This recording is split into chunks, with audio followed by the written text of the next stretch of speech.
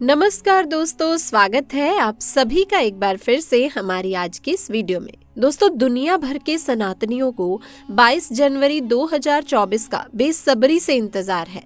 जन जन के आराध्य भगवान श्री राम 500 सालों की प्रतीक्षा, परीक्षा और अनगिनत बलिदानों के पश्चात अपने भव्य मंदिर में विराजमान होने जा रहे हैं। इसके साथ ही त्रैलोक्य न्यारी अयोध्या नगरी सुख समृद्धि से भी परिपूर्ण होने जा रही है। तो दोस्तों, क्या हुआ जब अयोध्या में प्रकट हुआ साक्षात पुष्पक विमान?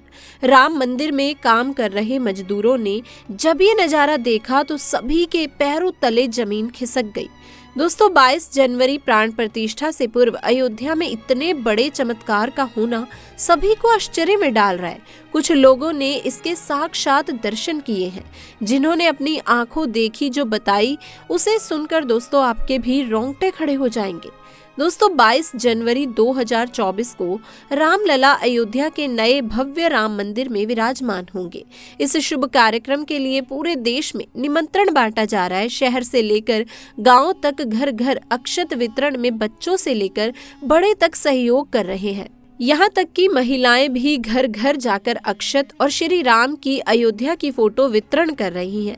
अयोध्या में राम मंदिर में भगवान रामलला की प्राण प्रतिष्ठा कार्यक्रम की तैयारियां तेजी से की जा रही हैं। दोस्तों, इस कार्यक्रम को बेहद ही भव्य बनाने के लिए कोई कसर नहीं छोड़ी जा रही। इसी बीच राम मंदिर निर्माण का कार्य भी तेजी से किया जा रहा है। मंदिर निर्माण में जो लक्ष्य लिया गया था, उसमें लगभग 80% कार्य दोस्तों पूरा हो चुका है।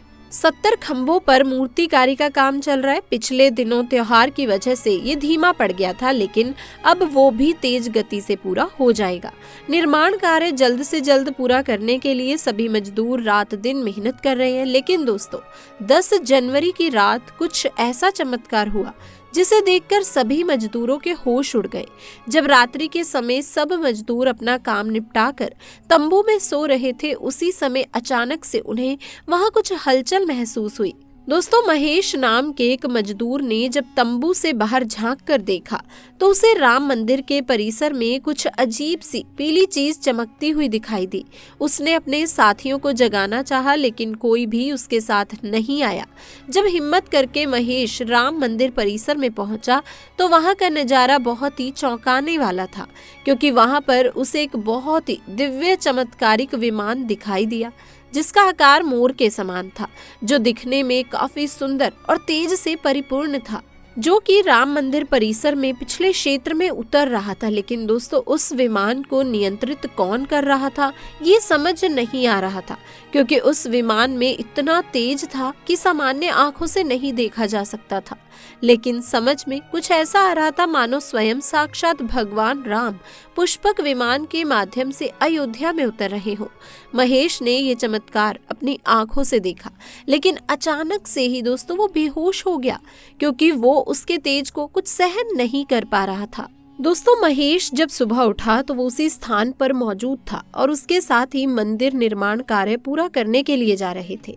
उसने सभी को रोककर रात्रि की सच्चाई बताई, लेकिन सभी उसकी हंसी उड़ा रहे थे। लेकिन महेश मन ही मन समझ चुका था कि प्रभु श्री राम अयोध्या आ चुके हैं। ये उसके लिए सौभाग्य था कि उसे इतना सुंदर दृश्य देखने को मिला, जहाँ शायद उसने साक्षात पुष्पक विमान के दर्शन किए थे। यानी कि प्राण प्रतिष्ठा से पहले अयोध्या प्रकट हुआ साक्षात पुष्पक विमान। दोस्तों, देश के अलग अलग हिस्सों में कई बार अजीब सी आकृति के विमान देखे गए हैं, जिनका संबंध कई बार तो एलियन के साथ जोड़कर भी देखा जाता है। यानी कि अयोध्या में उस रात्रि को मोर की आकृति का विमान देखना वास्तव में प्रभु श्री राम का ही कोई संदेश हो सकता है। लेकिन क्या दोस्तों, ये विमान सचमुच में पुष्पक विमान है? इसकी आखिर क्या गारंटी है? इसे समझने के लिए हमें पुष्पक विमान के रहस्य को अच्छे से जानना पड़ेगा।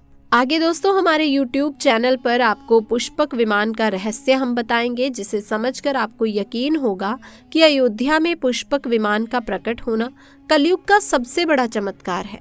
रामायण में पुष्पक विमान का जिक्र है, जो पहले कुबेर के पास था। इसके बाद रावण ने उसे अपने सौतेले भाई कुबेर से लंका समेत बलपूर्वक हथिया लिया था। फिर दोस्तों, रावण इसी के जरिए कहीं भी आता जाता था। रावण को हराने के बाद ये विमान श्री राम के पास आ गया। वो जीत हासिल करने के बाद इसी विमान से कई जगह होते हुए अयोध्या पहुंचे थे। रावण ने इसी के जरिए पंचवटी आश्रम से सीता का हरण किया था और उन्हें उसी पर बिठाकर लंका ले गया था। कहा जाता है कि पुष्पक विमान आज के विमान की तरह था। पुष्पक विमान के जरिए रावण हवाई मार्ग से सफर किया करता था। रावण को मौत के घाट उतारने के बाद इस विमान के जरिए प्रभु श्री राम, माता सीता और लक्ष्मण लंका से अयोध्या लौटे थे। रामायण में जिस तरह से पुष्पक विमान का जिक्र मिलता है उसे तो यही लगता है कि दोस्तों ये आज के हवाई जहाज की तरह ही था, लेकिन तकनीक के मामले में मॉडर्न एरोप्लेन से कहीं आगे था। रामायण के सुंदर कांड के 7वें अध्याय में पुष्पक विमान के बारे में जानकारी मिलती है। पुष्पक विमान की आकृति मोर की तरह थी। दोस्तों ये अग्नि और वायु ऊर्जा से उड़ान भरता था। इसकी तकनीक इतनी उत्कृष्ट थी कि इसका आकार छोटा और बड़ा किया जा सकता था। कहा जाता है कि रावण अपनी पूरी सेना को साथ लेकर इस विमान से उड़ान भर सकता था। पुष्पक विमान अपने चालक की इच्छा के अनुसार गति पकड़ता था। ये मन की गति से उड़ान भर सकता था। विमान में बैठने के लिए कई आसन बने हुए थे। दोस्तों पौराणिक कथाओं के मुताबिक युद्ध के बाद भगवान श्री राम ने विमान का पूजन कर ये दिव्य विमान वापस कुबेर को सौंप दिया। कुबेर ने ये पुष्पक विमान को भेंट स्वरूप प्रभु श्री राम को दे दिया, जिसके बाद इसी पुष्पक विमान से प्रभु श्री राम, माता सीता और लक्ष्मण अयोध्या पहुंचे। अब दोस्तों कई हजारों सालों के बाद एक बार फिर से जब भव्य राम मंदिर का निर्माण हुआ तो प्रभु श्री राम अपने भाई लक्ष्मण और माँ सीता के साथ एक बार फिर से अयोध्या धाम पहुंच रहे हैं, वो भी अपने इसी पुष्पक विमान पर, जिसका नजारा वहां के मजदूर अपनी आंखों से देख चुके हैं। दोस्तों रामायण के प्रसंग में कहा गया है कि जब माता सीता को हरण करके रावण ले जा रहा था तो रास्ते में जटायु ने अपनी चोंच से रावण को चोट पहुंचाई थी। उस समय रावण पुष्पक विमान में ही मौजूद था। इसके बाद रावण ने तलवार से जटायु को लहूलुहान कर दिया था। जटायु घायल होकर जमीन पर गिर गए। जब सीता को खोजते हुए राम जी पेड़ पौधे और पक्षियों से पूछते जा रहे थे तो रास्ते में घायल जटायु से मुलाकात होती है। मरणासन में पड़े जटायु जी राम जी को बताते हैं कि रावण सीता को हरण करके किस दिशा में गया है, लेकिन जब साक्षात प्रभु श्री राम पुष्पक विमान में अयोध्या आ चुके हैं तो भला उनके परम भक्त जटायु कैसे पीछे रह सकते हैं। दोस्तों अयोध्या में रामलला की प्राण प्रतिष्ठा से पहले जनपद की सीमा में गिद्धों का झुंड दिखाई दिया है।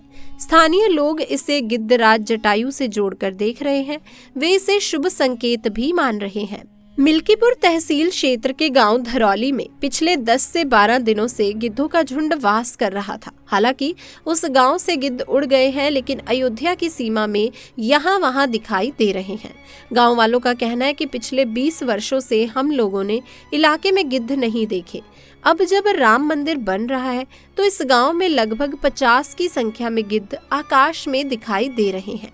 उनमें से 10 से 12 हैं गिद्ध गांव में ही सेमल के पेड़ पर वास कर रहे थे।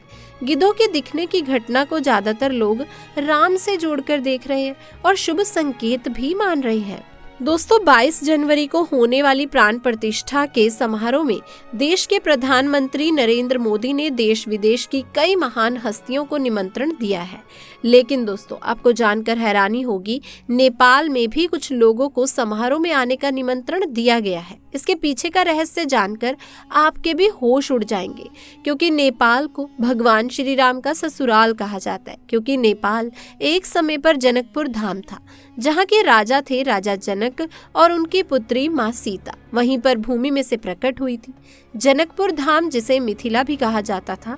मिथिला संस्कृति में ये मान्यता है कि जब बेटी का गृह प्रवेश होता है तो उसके मायके से तोहफा और अन्य सामग्री भिजवाई जाती है। इसी परंपरा के मुताबिक जब प्रभु राम का मंदिर में गृह प्रवेश होगा तो सीता जी की और नेपाल से अयोध्या उपहार आ रहे हैं। राम मंदिर की प्राण प्रतिष्ठा के लिए भगवान राम के ससुराल नेपाल के जनकपुर से कपड़े, फल और मेवा के साथ साथ उपहार से सजे 1100 थाल आने वाले हैं। इसमें आभूषण, बर्तन, कपड़े और मिठाइयों के अलावा भार भी आएगा, जिसमें दोस्तों 51 प्रकार की मिठाइयाँ, दही, मक्खन और चांदी के बर्तन शामिल होंगे। विभिन्न आक्रमणों को झेलते हुए श्री राम की जन्मभूमि पर बना भव्य मंदिर 14वीं शताब्दी तक बचा रहा। कहते हैं कि सिकंदर लोदी के शासनकाल के दौरान यहाँ भव्य राम मंदिर मौजूद था। 14वीं शताब्दी में हिंदुस्तान पर मुगलों का अधिकार हो गया और उसके बाद ही राम जन्मभूमि और अयोध्या को नष्ट करने के लिए कई अभियान चलाए गए। दोस्तों 1527 से 28 में इस भव्य राम मंदिर को तोड़ दिया गया और उसकी जगह बाबरी ढांचा खड़ा कर दिया गया। कहते हैं कि मुगल साम्राज्य के संस्थापक बाबर के एक सेनापति ने बिहार अभियान के समय अयोध्या में श्री राम के जन्म स्थान पर स्थित प्राचीन और भव्य मंदिर को तोड़कर एक मस्जिद बनवाई थी। 19 जनवरी 1885 को हिंदू महंत रघुवर दास ने पहली बार इस मामले को फैजाबाद के न्यायाधीश पंप हरिकिशन के सामने रखा था। इस मामले में कहा गया था कि मस्जिद की जगह पर मंदिर बनना चाहिए क्योंकि ये स्थान प्रभु श्री राम का जन्म स्थान है। वर्ष 1947 में भारत सरकार ने मुसलमान को विवादित स्थल से दूर रहने के आदेश दिए और मस्जिद के मुख्य द्वार पर ताला लगा दिया गया, जबकि हिंदू श्रद्धालुओं को एक अलग जगह से प्रवेश दिया जाता रहा। लेकिन दोस्तों सन 1989 में एक ऐसा चमत्कार हुआ जिसे देखकर मुसलमानों की भी आंखें खुल गई। ये रामलला का बहुत बड़ा चमत्कार था कि मस्जिद के अंदर से अचानक ही रामलला की मूर्ति प्रकट हो गई। कुछ कट्टरपंथियों का कहना था कि कुछ हिंदू दलों ने रात्रि के समय चुपके से यहाँ पर मूर्तियां रखी हैं। 1939 में भगवान राम की मूर्तियां मस्जिद में पाई गई।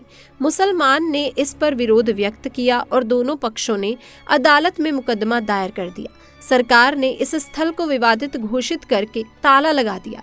30 अक्टूबर 1990 को हजारों राम भक्तों ने मुख्यमंत्री मुलायम सिंह यादव द्वारा खड़ी की गई अनेक बाधाओं को पार कर अयोध्या में प्रवेश किया और विवादित ढांचे के ऊपर भगवा ध्वज फहरा दिया। लेकिन 2 नवंबर 1990 को मुलायम सिंह यादव ने कार सेवकों पर गोली चलाने का आदेश दिया, जिसमें सैकड़ों राम भक्तों ने अपने जीवन की आहुति दी।